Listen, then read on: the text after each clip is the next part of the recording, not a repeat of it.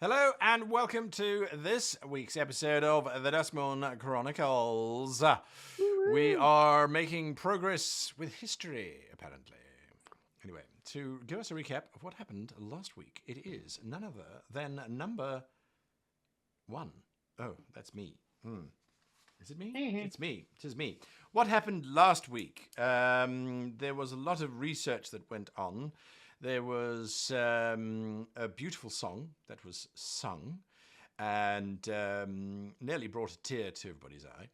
There was some revelation about Doran's faith being shaken. And there is a potential theory that Gemini might be from the past, but the research seems to contradict that or something. I don't know. There's also a cyclic nature to the gods, according to what the professor has found in the Crepuscularium, and Averardus feels that he should have been on the expedition, which has currently been glassed. I think that pretty much sums up what happened last week. And so we find Maybe ourselves... one little point as well, just about this kind of peasant called Tepi, who, when we used tongues to understand what his name was, we found out it was living song, which is kind of close to life and song. Something there. Something there. What is there? Who knows? Who knows? Where is the current life and song?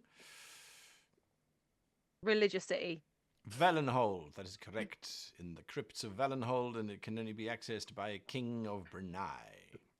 To be specific, for those of you that have not been paying attention since episode 1.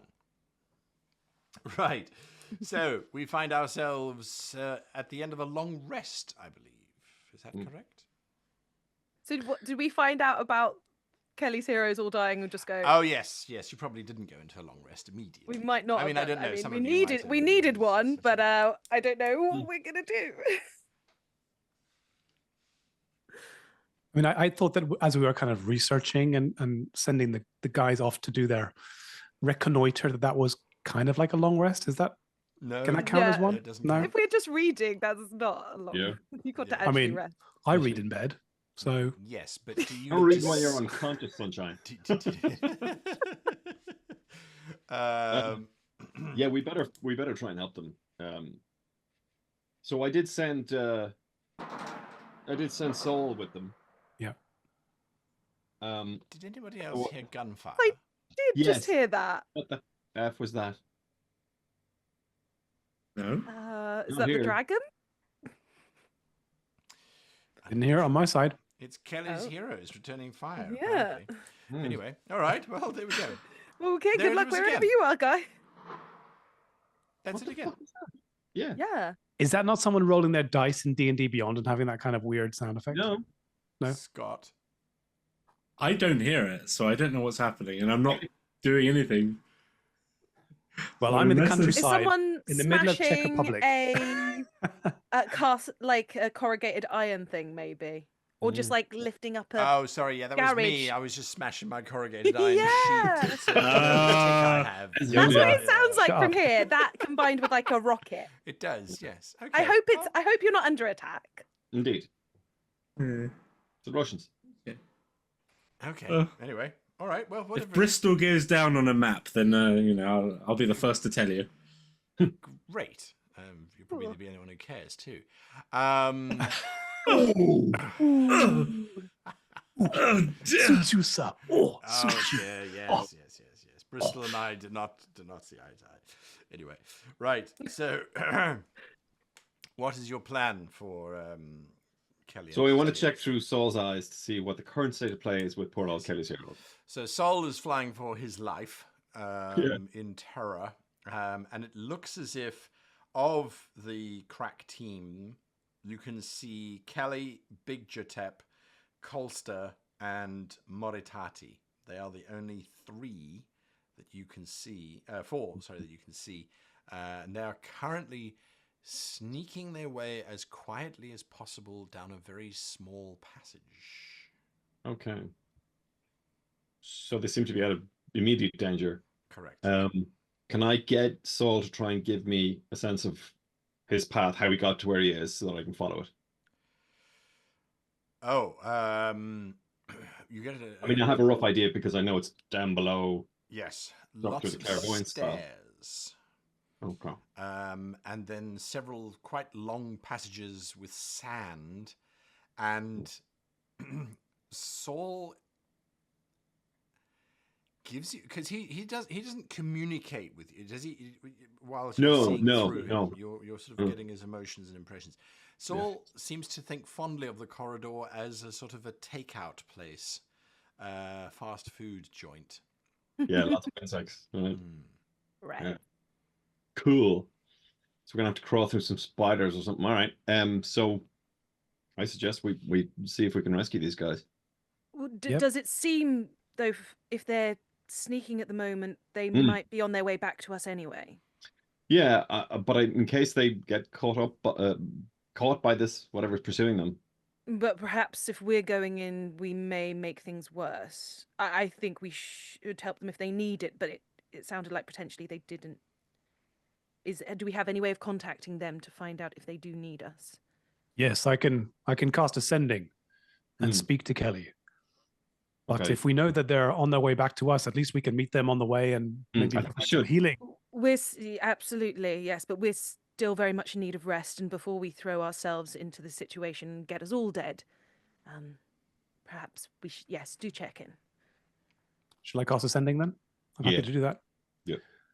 Great. I cast Ascending and ask Kelly, what's that? And do you need assistance, Mr. Kelly?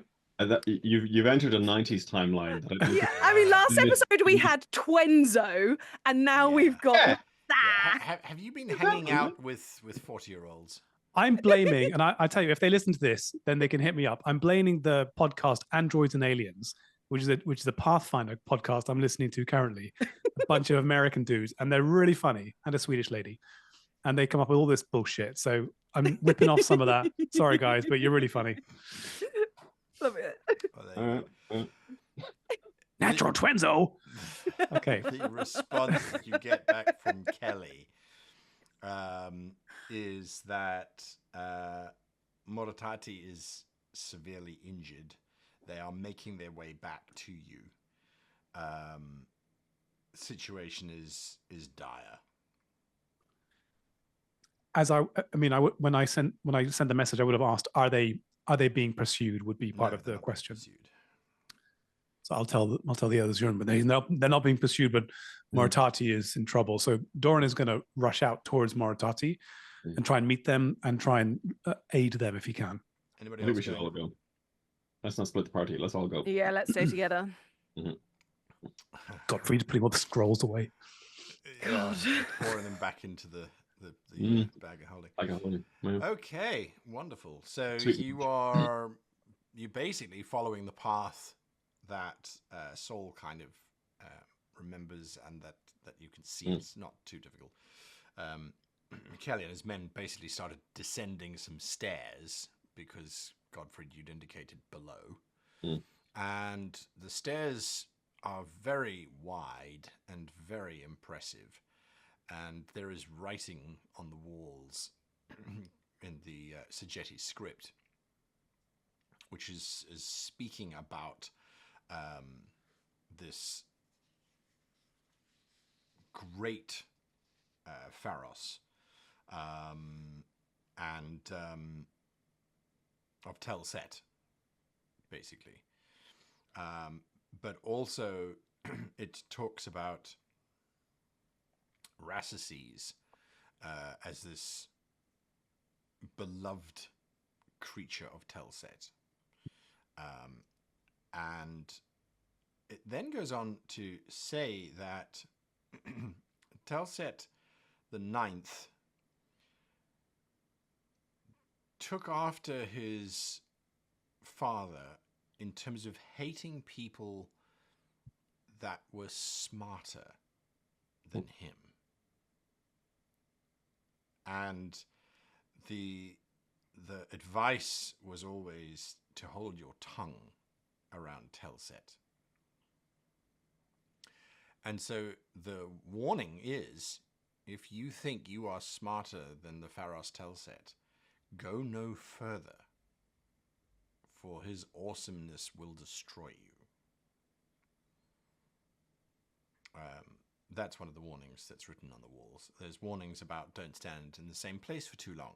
There's warnings about Rassises should be placated before being, well, just should be placated. Things like that. And then there's a last section as you're going down the final set of stairs towards a very narrow passageway. There is a price given for dragon glass, and that Telset undercuts everybody else. And then you can buy it wholesale directly from him. Just inquire within the palace. Is there also an app for like Daz somewhere? Or So yes, that's what you're reading on the walls. You enjoyed that one too much, Guy, I think. Can Doran, as he's walking down these kind of, I'm imagining hieroglyphics kind of etched into the walls, that type of thing. Yes. Would I also, therefore, as I'm looking at the walls, see a depiction of what I think is Telset himself? Maybe something he might. It's just his cartouche, Okay. which is just his name inscribed. Yeah, there are not. This is not the Egyptian style where there's a relief carving of an activity. This is just writing. Okay. So I wouldn't know of any distinctive headwear or costume or dress or anything like that of him. Not Okay. from what you've seen. Although having said that, actually, as you get to the base of the stairs, there are two gigantic statues that look to be of importance. Anyone can give me a history check with disadvantage. Guidance. ugh. Best I've got is guidance. Huh? Okay. The worst I've got is a 6. Yes, there are two statues. 11, Oh, 12. advantage. Never mind. I got 2 16s. 9. Oh, on those two 16. 16s, you realize that this is probably the depiction of the Pharos in the morning and a depiction of the Pharos in the evening, as was customary at this particular time in Sajeti history. Basically, the good side and the dark side of the Pharos. Okay. And on the good side of the Pharos, you can see that he has a sheaf of wheat in one hand and just a whole bunch of little people in his other hand. And Gottfried, you can read the text, which is basically he brought prosperity through agriculture and community and making the Sajeti people fecund and produce. Fertile. Yeah. Yes. The dark version of the Pharos has this rather curious looking creature wrapped around his legs. It looks Drake-like in terms of its snout, kind of looking almost like an alligator, but a bit more stubby. Doesn't have any wings. And in his one hand, he holds what looks to be a statue of himself. And in his other hand, he holds coins. And that would seem to represent that he promoted the art of sculpture, the arts, and that sort of thing. But he also was incredibly greedy and just made buckets of money. Yeah. Okay. The passageway that leads from the base of these stairs, now the stairs are 15 foot wide. They are truly large, wide, sweeping staircase. The passage on either side of these two statues, however, narrows down to 5 foot only, and it's probably about 7 foot in height. It looks, by looking down it with one of your dark visions, to be about 300 foot long. but you can only go through it one at a time. And it's likely to be festooned with insects, according to Saul. Yes, there are a few bits of chewed insect that look to be. They almost look like bits of centipede, Yeah. sort of scattered here and there. Okay. I think as Right. we've been walking, Gemini's trying to see, like, just perceive where might be any safe kind of places to go once we've got Kelly's hero. She's just trying to kind of keep an eye out for that. Well, these stairs have been isolated from the rest of the street level that you've been on, basically. Mm-hmm. And you've not seen anything in this entire flight of stairs. So, at the landing that you're at, the stairs don't go any further. They don't go deeper. There's a good 40-foot square space here that has that little passage, and then the stairs above. Okay. But you haven't. There's no other corridors leading off of this, basically. Fair. Do we hear any movement beyond down the passageway? There is a vague whimpering sound and some whispering. Whimpering and whispering, you say? Hopefully that's the boys. Hmm. You know. Yeah, I mean, does it look like the Kelly's heroes came through here and Yes. destroyed some things? I mean, are there bits of centipede lying around on the ground? The centipedes are the bits that you can see. These little centipedes are probably as maybe 4 or 5 inches. Okay, so in not length. not giant centipede No. territory yet. Mm. Okay. Well, I mean, centipedes are kind of bitey creatures, so Doran is happy to kind of go first and hope that his trusty armor will take the brunt of it if you guys want to follow along behind. And if stuff gets bad, I can pop a spirit guardians and do some cleaning. Yeah. The floor of the passageway is covered in the sand, which is piled up on the edges. The sand itself is slightly odd, and anyone can give me a nature check to determine why. Guidance for Nat 20 -1. Ooh. Okay. That was big. 18. So on a 19, which I assume is what your cryptic reference there is, Scott. Well, Arcane mathematics you throw at me. On a 19, you realize that this sand is incredibly fine sand. And grabbing a handful of it, there are no... This seems to be pure sand.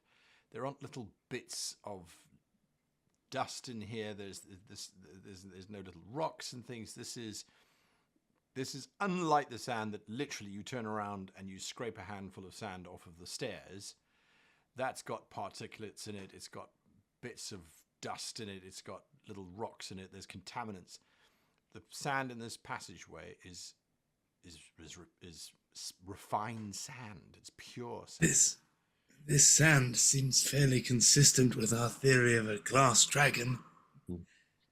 Does it look as if this passageway has been carved by a burrowing creature, or is it? No. actually- This is a constructed passageway. There's It is text built, on the okay. walls as well. Oh, there's- okay, more okay. text extolling Telset's virtues and warnings to would-be plunderers of his tomb. All right. Let's see if we can find these boys, and let's move as stealthily as we can, I suppose. well, stealthy is not my strong point, but I'm happy to go first. Yeah. Okay.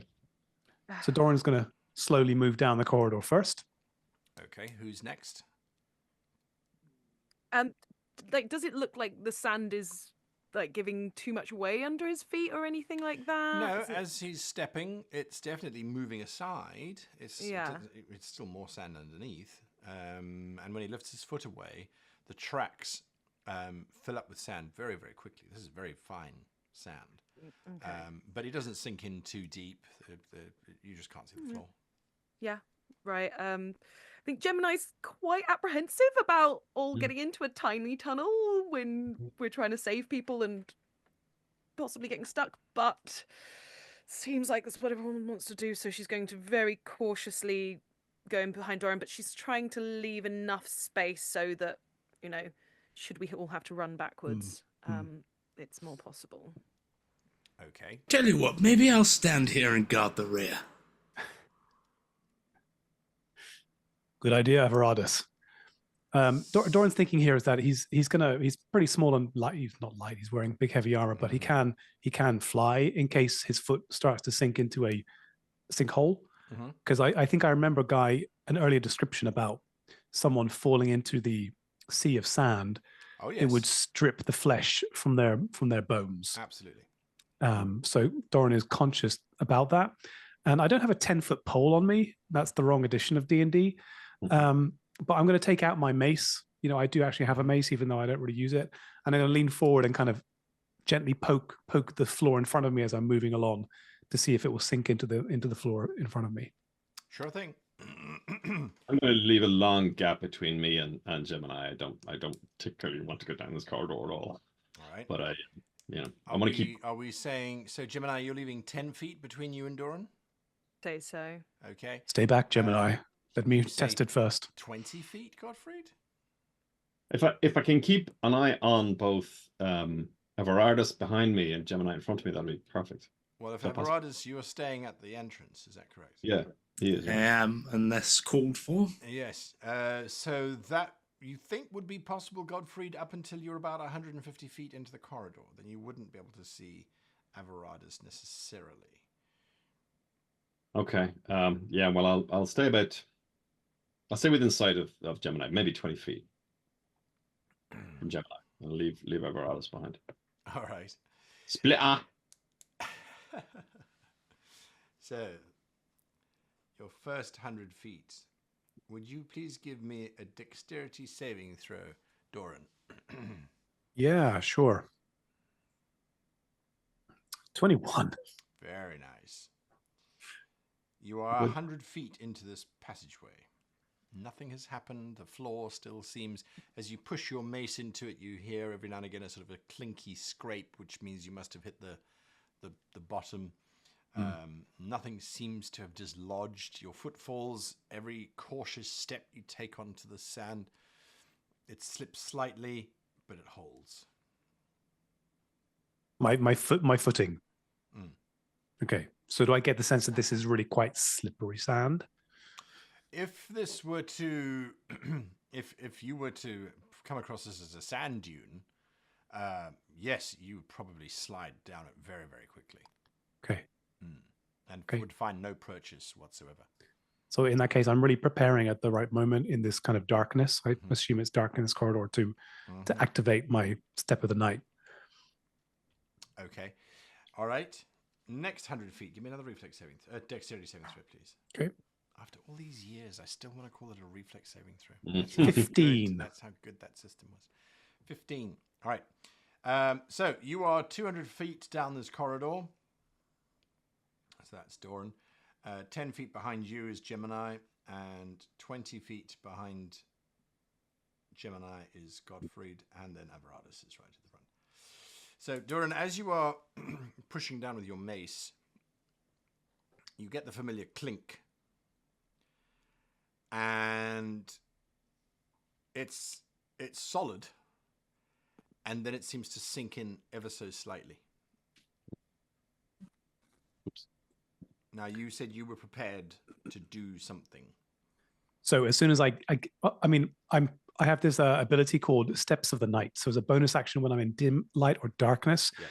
I can give myself a flying speed equal to my walking speed for 1 minute. Nice. So if I feel that this is about to go shit-shaped or I'm going to fall somewhere or sink into the sand, I'm going to activate that and pop up. Feels like whatever you've touched as a button and you've depressed it. Yeah. Pressure plate. Pressure plate, yeah. Yeah. So I'm going to activate my Step of the Night and then very quickly remove the mace and dash back towards Gemini.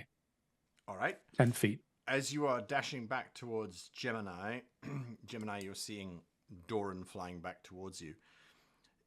You and Godfried, you hear this grating sound of stone. It's above you. Ooh. And Avaradis, you're watching your companions, and you watch as the ceiling slowly grates open, and as it does, just millions of centipedes pour down on top of our three heroes in the passageway. No. Just this nope, writhing nope, mass. Nope. Nope. Yes. Nope. Nope. Nope Nope. is Nope. the word. And so, unfortunately, Doran flying or not, I need Doran and Gemini and Gottfried to, if you please, oh boy, I need you to give me dexterity saving throws. But you have disadvantage on them. Yeah, of course. Because you are covered in little crawly centipedes. In honesty, the years Avaradis spent alone in a coffin underground, he's kind of over insects. It doesn't really bother him anymore. I was going to say that I was going to, as soon as I can, cast gaseous form and turn into a cloud of gas. Right. Does that make any difference? Do I have to make the saving throw first? You have to make the saving throw first, unfortunately. Yep, sure. Doran's thing was literally, he was Okay, got a 16. 16. I got a natural one, which totals up to a 6. Great. Doran, And I got a 19 19. disadvantage. Nice. Very nice. Very nice. So, unfortunately, that means Gottfried and Gemini did not succeed. Doran, your armor actually doesn't provide you any benefit whatsoever. These little crawlies, they make their way under your armor, but they all seem to have a singular direction in which they head the moment that they land upon your bodies. They are all heading towards your nostrils, Oh my god. or your mouth, or Wow. your ears. Mhm. And Gottfried and Gemini, there is a moment where, as you are clawing, struggling, trying to cast your spell, where you feel one of these things make its way into your nasal cavity and start scritching around to the back of your throat. Your eyes immediately start watering. And now I need you both to give me an intelligence saving throw, please. Is that also disadvantage? No, this is not with disadvantage. Okay. That's 18. 18 is good. 11. Oh. Doran's right next to you, Gemini, and I'm going to say, resisted, Gemini. And can I give you my inspiration? You can give inspiration whenever you like. It's up to you. Oh, as in so I can reroll? Yeah. Mm. If you're willing to give it, that Yeah. would be nice. You look too weirded out for me not to give it to you. Okay, that's an 18 instead. Nice. So you both pass. Fantastic. So the net result, unfortunately, oh boy, you both lose 2 points from your intelligence as these creatures bite through the back of your nasal bone and try to start eating your brain. Oh my god. So that's the big number on my sheet. That's -2 from that. That's -2 from that. Oh god, okay, maths. All right. Now it's your turn and you can do as you like. Yeah, gaseous form, please. All right. Gaseous form, or however that's pronounced. All right. You want to turn into gaseous form. Yep. In this wild kind of melee of centipedes everywhere, Yes. Doran is going to shout, "Georgie, get behind me!" Georgie. He shouts, Oh. That's "Georgie, what you get shout. behind me!" All right. And he casts, yeah, what's it called? His little thingy, Spirit Guardians. Yeah. He casts Spirit Guardians. Okay. And Gemini? He shouldn't have come in here. It was a terrible idea. She's got gonna try and like poison spray some of the things that are near her because that's all she can really the do. best thing that she can do. All right. The best thing she can do in that moment. All right. Which is it's an attack. Avaradus, what are you going to do? I was actually going to do something completely unrelated. So Okay, that's fine. It's all good. What a surprise. Oh, It's a 27 for my. Oh yes, you're poison killing. spray. You're spraying these little bastards. Yeah. What were you doing, Avaradus? I was going to see if there were any sort of stone facades or any sort of crypts that might contain dead bodies nearby. I mean, considering this is a tomb. There'll be some in the corridor soon. Sadly, you are in the corridor that would lead to the sepulchre or the tombs and things. So there's just these two large statues, and the wall panels warning people that Telset did not like people smarter than him. And perhaps where this trap has been sprung in the past, there are any skeletons down there either? Unfortunately, old man, you are 200 feet away from the site of where Fair it would enough. be, and about 1 million centipedes away. However, I will allow you, since you are looking around for things, go ahead and give me an insight check. Sure. That's only a 9. Yes. Unfortunately, the centipedes are starting to pour out of the passageway now and are now heading towards you as well, as there are just so many of them. I might, I might cast, or at least create bonfire just at the entrance so that they'd Just pop and hopefully be sizzle and averted. burn, yes. Yeah. All right. So with Georgie throwing out a poison gas in all different directions, Godfried has literally turned into a cloud. And then Doran, you cast your spirit guardians. It is a decidedly intense aroma of peanut butter popcorn going off. And within a few seconds, the entire corridor is nothing but a sizzling, crispy, sort of littered graveyard of thousands of these centipedes that have died. The two that had inserted themselves into your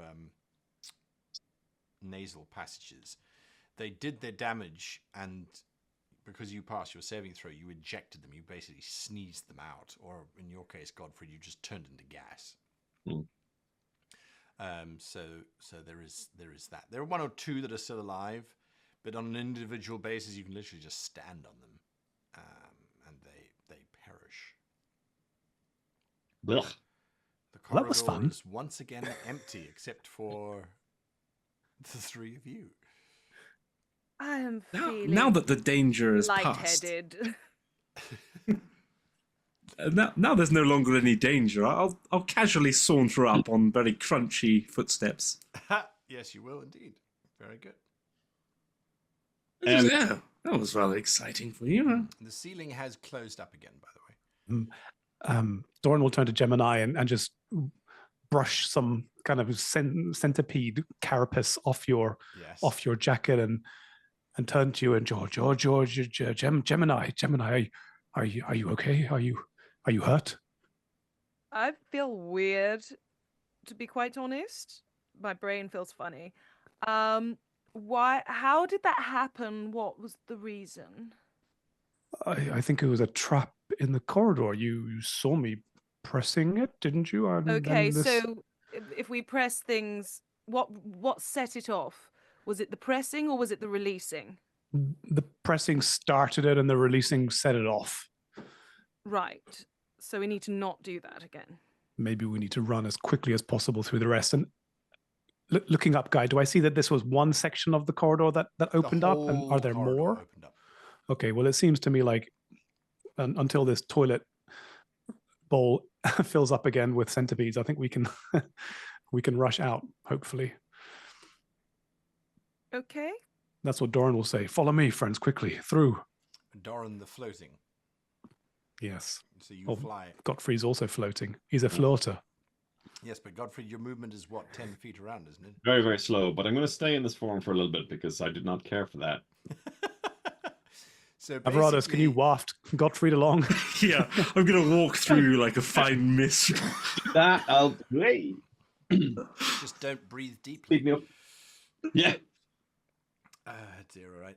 So the only two that are then actually trudging or running through would be then Gemini and Avarados. Is that correct?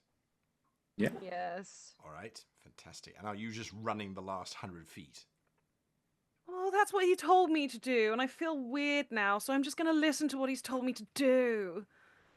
So, Okay, yeah. great. You run down the passageway. Go ahead and give me a dexterity saving throw. I don't think I'm going to run, actually. I'm going to ignore his advice and walk very carefully. Yeah, well, I've just had my brain nibbled, so that's a 14.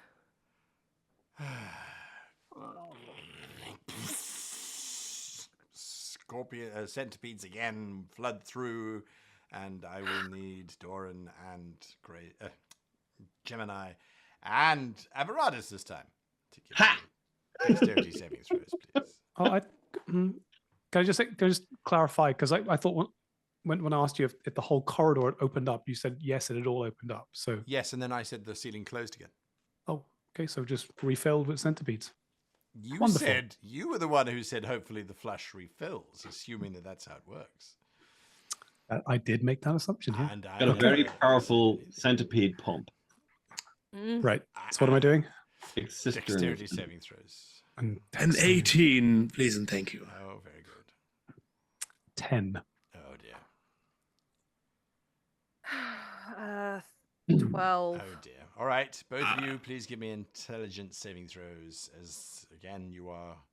Which is now a surrounded. 0 instead of a +1 because I had to modify everything. You'll be fine. 17.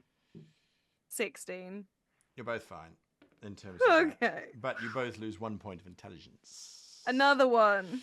Yes. Okay, so now that's that. Oh, okay, I don't have to change any more math, so. Actually, Doran, you don't take any of that damage because you've still got Spirit Guardians up, right? Yeah. So they would vaporize them. It's when they enter or when they start their turn? I think it's when they start their turn. Benjamin. Has it changed? I think it's changed. Oh, who knows? I think creature speed is halved. And whenever the emanation enters a creature's space, and whenever a creature enters the emanation or ends its turn there, the creatures have to make a saving throw. All right, so whenever it enters. Okay, so you don't Yeah. actually, sorry, you didn't have to do any of that because they are vaporized Whew. as that happens. Sadly, unfortunately for you, Gemini, you lose yet another point of intelligence as this time around your ear has a nibble. Yeah, That- I'm not enjoying this at all. Sorry. Yes, the ceiling closes once again. However, you have managed to make your way to t'other side. Godfried, you drift slowly, having watched this carnage of the whole thing. And that's why you wear head protection. Ah, yes. Didn't seem to help much since it's sort of, they crawled, but nonetheless, yes, you didn't seem affected, so perhaps it does work. Anyway. She's going to start with that comment. She's going to rummage around and see whatever she can find to maybe bung up her ears and put some bits of fabric on her. She's just going to rip it up, put it in her ears, put it in her nose, and she's keeping her mouth shut. Right. She feels there's too much draft coming in through all those holes. Oh dear. The Oh, other side of the no. corridor is a fairly large chamber that, as Avarados correctly predicted, just sadly wasn't capable of getting to. It is lined on either side with sarcophagi. Perfect. But there are quite a lot of them. As in this particular chamber, probably is about 300 feet long, just as long as the corridor was. But it's easily 300 foot wide and possibly 100 and so foot up. And there are just stacks of sarcophagi on top of each other. Would it be fair to assume that it sort of shares that similar Egyptian theory where they were buried with their servants, perhaps? Or is there any way we can denote the importance Oh, you of absolutely how... can. Yeah. Uh, So it's a good- someone who looks like they would have been an advisor or something like that. I'd like to try and raid some tombs. Well, that'll take you some time, but what becomes immediately apparent is the sarcophagi on the ground floor are incredibly crude in execution. They almost just look like plinths. If it wasn't for the fact that they had a cartouche of a name written upon them, you would assume that they were plinths. But as they get higher up, the sarcophagi become more and more elaborate. And whoever built this place built a fairly ingenious set of stairs at the ends of the room that allow you to ascend up, and then walkways allow you to access these sarcophagi. But there are maybe 2,000 or 3,000 here. So finding one of an advisor could take you some time. Gottfried, when we've done looking for Kelly, I have an idea, but I'll need your skill with languages to help it work. I can, being so close to the natures of death, and I can speak with dead at will, effectively. But they will only be able to speak the languages they knew, and that's not something I'm capable of doing. So I would need your help in finding someone who might be able to advise us on how best we should proceed. I could speak with all 3,000 individually, one by one, but that would take all day. I'm just going to be able to hiss at you, because I'm still a cloud of gas. And still drifting down the corridor, as a matter of fact, because it's 10 foot around. It's like, oh my goodness. Yeah. You Fly do, speed of 10. you so, do hear a voice calling out to you, however. Is that you, my lords? Let's just not respond. See what happens. Well, hang on. Let's just cast our minds back. The stairs before the corridor, there were kind of warnings, right? And one of the warnings was keep moving, don't stand on one place for too long. and that's what we did in the corridor, and we got centipedes all over us. And the second one was about being quiet and shutting the hell up, right? If I remember correctly, and not saying anything. I thought it was don't say anything in the presence of this guy if you think you're more intelligent than him. And I think Yeah, that was I could be wrong, Hold but your I think tongue around him if thought you're that was- smarter than him. Yeah, and I thought that was covered by the fact that he essentially ate our brains to reduce. He was trying to make us thicker. Yeah, it's very thematic. I don't know. I wonder if we try just to keep quiet for now and see what happens. I can't talk anyway, so Yeah. So Doran will say, he will gesture to us. Limping around from one of the sarcophagi, you can see Kelly. He looks slightly injured, very red about the side of his head. Do you hide from him?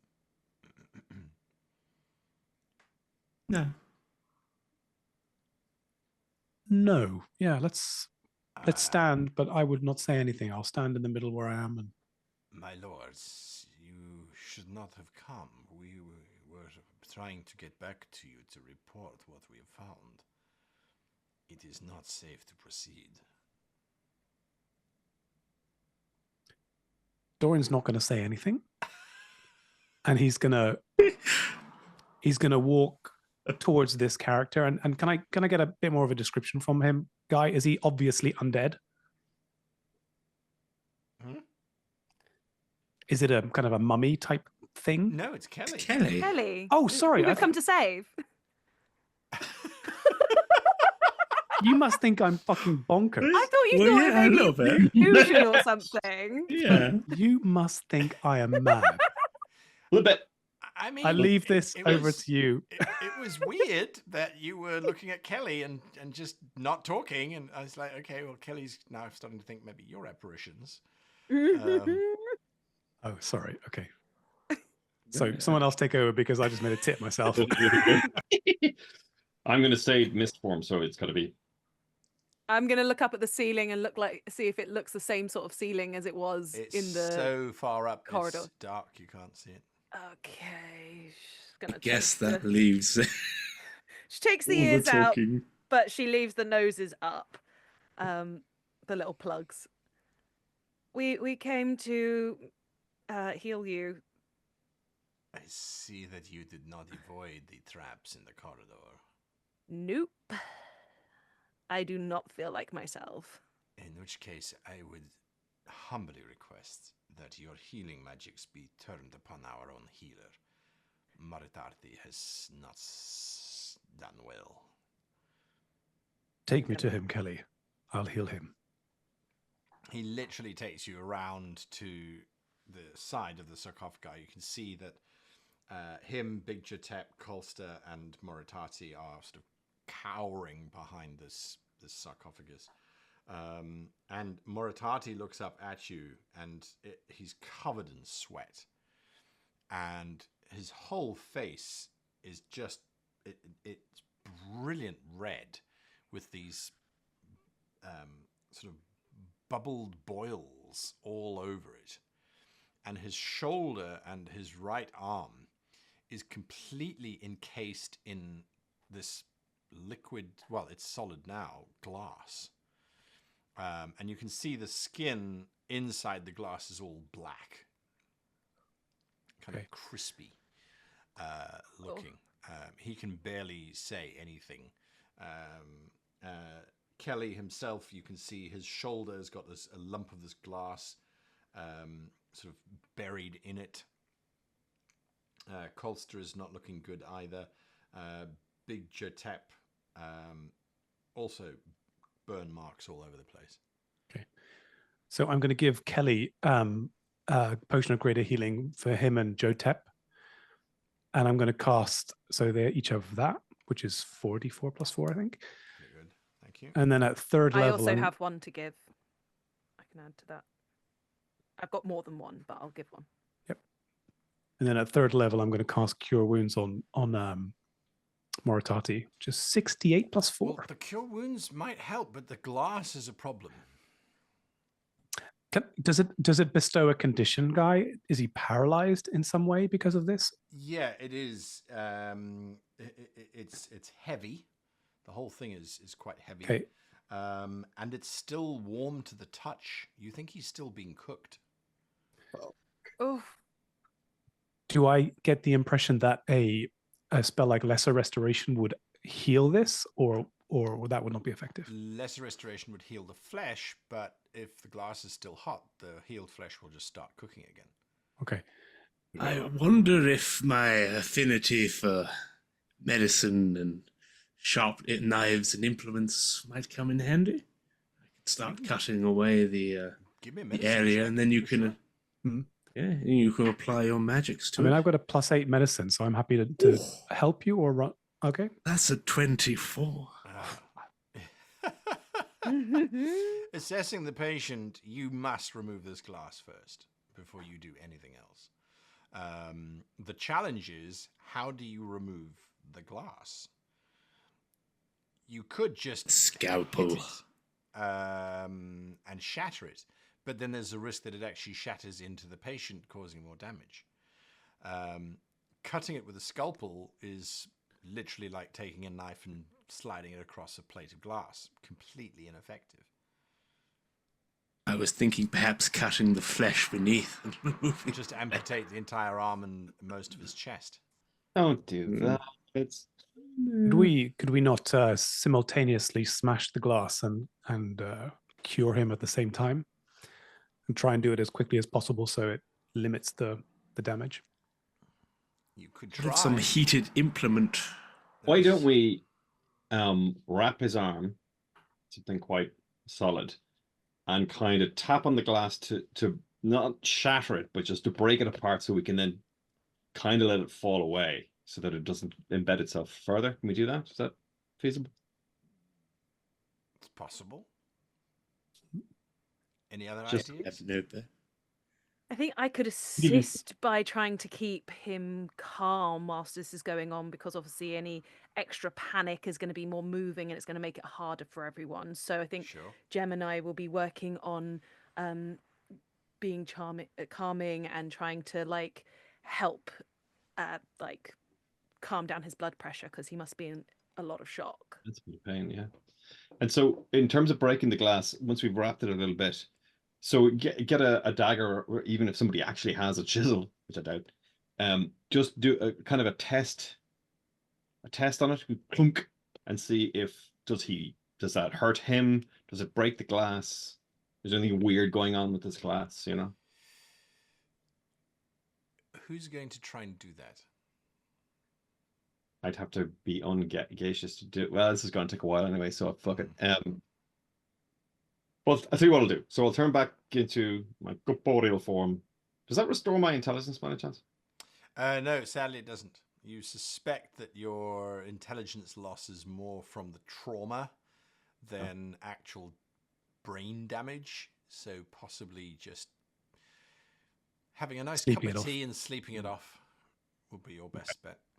Okay, that's fine. So what I'll do then is I'll detect magic in case the glass effect is a magical one that can be dispelled. It is not. Okay.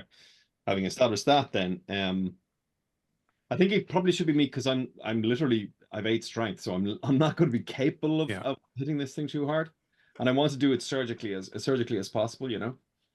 I have decent. I have a scientific solution, but I don't know if I have magic to support this theory. Go on.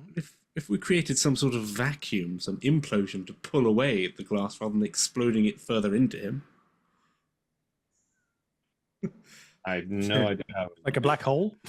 Yeah, let's put a black hole. Let me put a portable hole inside of a bag of holding right next to him and see what happens. I've got an RP-ish idea, which, you know, if we're kind of spitballing here, I could see if it plays out. So Doran has got this kind of dichotomy going on, right, with his magic. So when he was in the past, like casting spirit guardians, you know, his spirits were both good and evil, right? They were the demonic form and also the angelic form, because he's kind of split between, you know, pain and whatever else is going on in his mind. And I'm wondering if I could kind of like use this kind of broken nature of his magics a little bit and the way he's thinking to engineer a little bit the way one of his spells works. And I'm thinking about the spell of mending, right, which is supposed to be systematically mending things together. I wonder if in Doran's broken state, maybe he can get some help from one of his other party members to, you know, get into his mind and kind of access his power. Maybe he can reverse the mending a little bit to not shatter, but to kind of pry apart, get into the object. That's what I'm kind of thinking. It's a bit out there. So did you say you have the mending, Andrew? I have mending, yeah. Okay, so here's the idea. I can cast knock, right, to open something. Oh God! Right. So if we mix what you're talking about with the knock spell, so you want to you want to put the glass into disrepair, and I want to open it up. Yeah. So it falls away from this guy. Or okay. And to add a third thing into the mix, I could do Hunger of Hadar, which are tentacles of cold and acid. So we could get him really close to a tentacle that can coldly and acidically start melting away at the glass. Then you can kind of knock it apart slightly while in a controlled mending state. I think Grace should tell us what to do, because she's looking at us like we're all bloody idiots. Hey guys, is any of this bullshit gonna fly? I think we need to do something, and I think we need to do stuff with things we can control. I'm slightly concerned about the control of the tentacles. Most of my stuff is like poison and charming, so I've not really got anything up my sleeve to help, because I don't want to add poison to the mix. Oh, wait a minute. Sorry, finish the thought. I just had another. You go on. Sorry. No, but I like the sound of you two trying to combine them spells, and I can cast gaseous form on somebody else, turn him gaseous, and maybe the glass just then falls away because it's not part of him. Ooh, Ooh. Unfortunately, Much better than that. I mean that sounds perfect, except that you actually turn everything that is being worn by the character Gaseous to. Oh. Yeah, but is he wearing it or is it stuck to I him? mean, technically, it's actually part of him. Fused. So- it's fused with his skin. So let's go with the So- controlled Yes, break you're guy, right? so. Whilst I will not allow you to invent the spell unmending or Unmend. break as the spell would be called, Deconstruct. because break as a spell, there's probably a reason why 5th edition doesn't contain a spell called break. You cause 5 foot shatter. of something. I mean, there is shatter. There's Shadow, yeah. I don't For have it, sure. but that would be ideal, really. But break would probably be the opposite of mending, I guess. However, with your amazing intellect of break and knock, and thinking about how then the properties of glass, if Avaradus buries a dagger into the glass, causing a break to happen, right? Godfried can cast knock on the crack, causing the crack to open. At the same time, if Doran casts mending, what happens is the glass is simultaneously trying to rip itself apart and put itself back together again, which should cause the whole thing literally to fracture up into thousands of little perfect round spheres. Ooh. It's taken That's what we meant. 46 episodes, guys. But, we've finally done something together. What you just said, that's exactly what we meant. Exactly. Yeah, Yes, let's absolutely. make some That's what you were marbles. driving at. You were driving at making marbles, yes. Yeah. And marbles, of course, won't stab the patient.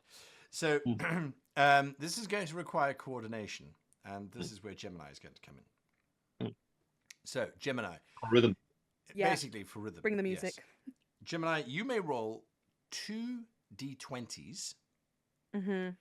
and add or subtract your initiative to those numbers. Okay. Right? So subtracting from one and adding to the other. Well, it's up to you. You can choose to add or you can choose to subtract. You are the one who's setting the timing here. Oh. All right? Oh, you're trying to get it as close together as possible, yeah? Mm. Oh, no. Much less intelligent than that. All right, so you've got your 2 numbers. I've got my 2 numbers. Great. I've got a 9 and a 14. Okay? I need to do the maths either way. Right, so don't do the maths yet. Okay. Everybody else roll initiative. Ah. 14. I got an 8. Close to the 9, at least. All right. 22. Oh, dear. Coming in too quick, buddy. And Doran? I got either a 13 or a 14, Okay. whichever is better. So, I can roll. Grace, with your initiative modifiers, Uh-huh. you need to keep those numbers as close to the other 3 as humanly possible. So currently you're only Okay. 1 away from Godfried with your 9. Yeah. And you have a range of 4. So if you don't change the 1, you'll get Godfried. Then you need to change the other one to somehow get between Scott and Brendan. Okay. And Then that's I a range of 22 to 14. So that's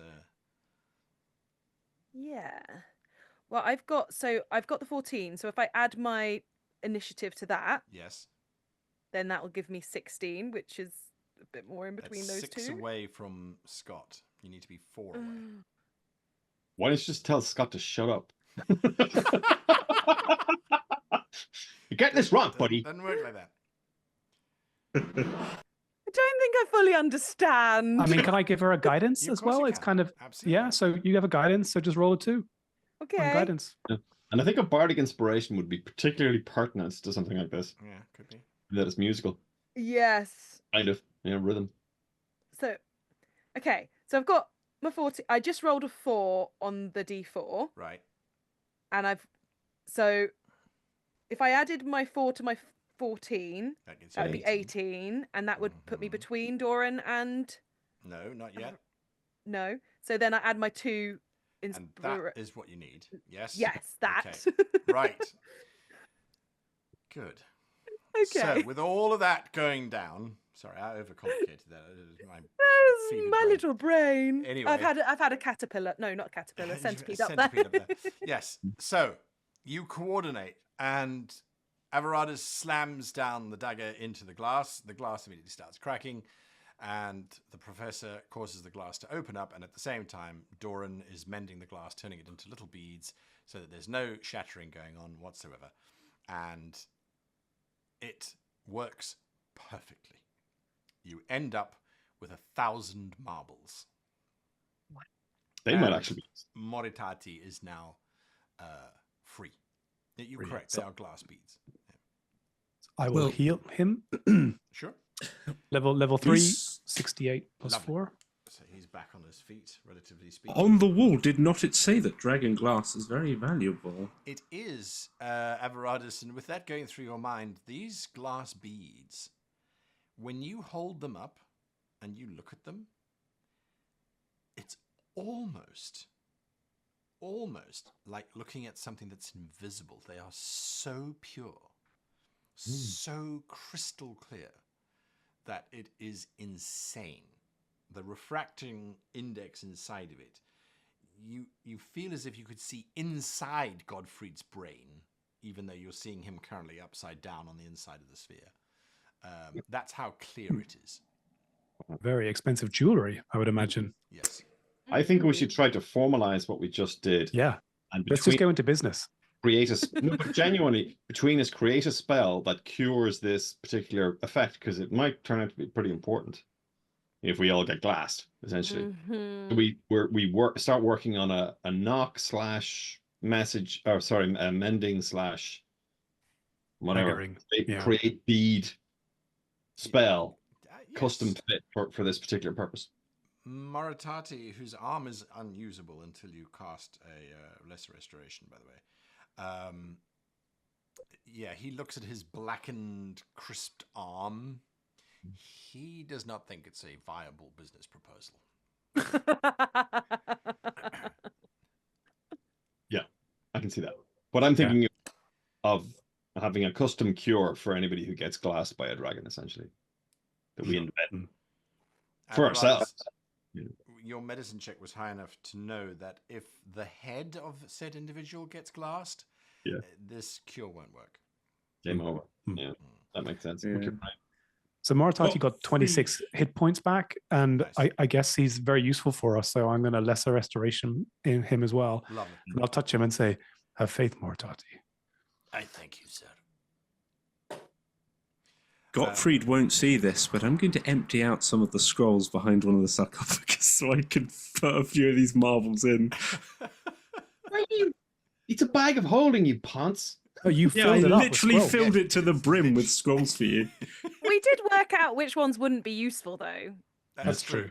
The ones Yeah, that but- are- Get rid of like the Fine. highly censored stuff, maybe. Now, could you imagine Godfrey's office at the university? You know, you walk in, you push Oh, books nightmare. out of the side. He's Yeah, sitting yeah. on books. There's books on Nightmare. books. And if you move anything, he goes, "Don't! I'm not finished at that." Yeah, Yeah. yeah. How Oh, are our dear. heroes looking? No, Is there they anybody are still they in need? are looking relieved, relaxed, but they are definitely not looking happy. Kelly will inform you, sir. I know that we have spoken of the glass dragon, and I did not expect it to be so big. This creature was huge. It made the sands come alive beneath our feet. We had no choice. Running away from it was almost impossible. Well, we don't have to fight it. We simply have to steal some of the items it's guarding. No. The chamber Oh. that we encountered this creature in is a truly magnificent cavern. It is an arena of some kind. Mm. At the very center, there is a pillar that seems to have things atop it. But the pillar is 100 foot high. There's no way to reach it, and whenever you get close to it, the creature controls the sands of the arena and forces you away. So we need to both fly and be invisible. Both powers are at our disposal. This is true. Kelly, do you see any strategic way to distract or defeat this creature? I would not know how to defeat it, sir. It spewed out this glass that covered Maritati. Before we even knew what was happening, Grat Cassie was already covered in this stuff. His scream was cut off as the glass flowed down his throat. Yeah, let's not fight this fucking thing, man. What type of save did he have to make? Can you tell me? It was horrifically difficult. Versus being fucking glass, mate. This is not a normal creature. It does not appear to be living either. Oh, really? Oh, that's interesting. I wonder if we have any characters who deal with undead things. Well, is it undead or is it a construct? I don't know. We'll have to find out next week when we return. That's fair. We really need to have a long rest. Yeah. Oh, we really he's- do. Yeah. No matter what we decide to do. Pick a sarcophagus, guys. Yeah, climb in. Let's Pick go. a sarcophagus. Yeah. Just lie down in history for a little bit. Oh my gosh. Right. So that is a 16, which is Gottfried. What was your favorite moment? If any? I think the rare occasion where we all put our heads together for one purpose as opposed to having rows and arguments and we actually solved the thing. I mean, grant you, you had to do a fair amount of work to weave our bullshit together, but we actually helped the dude by cooperating, which was pretty rare, I think, in this campaign. Yes, I I think that was quite my favorite cool. moment. Or that, or it's just the most recent thing, and therefore I'm remembering it. Centipedes? Centipedes? Anyone? I did not care for the centipedes, man. That was not my favorite moment. That was my least favorite moment because Now I'm gonna have nightmares. I'm Yeah. sorry. it actually reminded me very much of the Raiders of the or Indiana Jones Temple of Doom. Temple of Doom. Yes. Reaching into that hole. Yes, exactly. We are going to die. Yes. That Yes.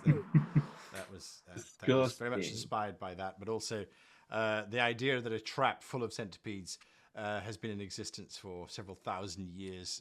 It's like, who comes down to feed the centipedes? Who breeds Yeah. the centipedes? No, it's got to be magical. So your whole flush thing, I was like, Yeah. the trap just resets, man. I'm sorry. It's Yeah, I didn't think that one through. No. Well, And I played Tomb of Annihilation, and I should have thought really? about it. Is there something like that in there? Well, death traps. Yeah. Lovely. Folks, we'll see you next week. And until then, I think that's all of it from us. Until then, goodbye.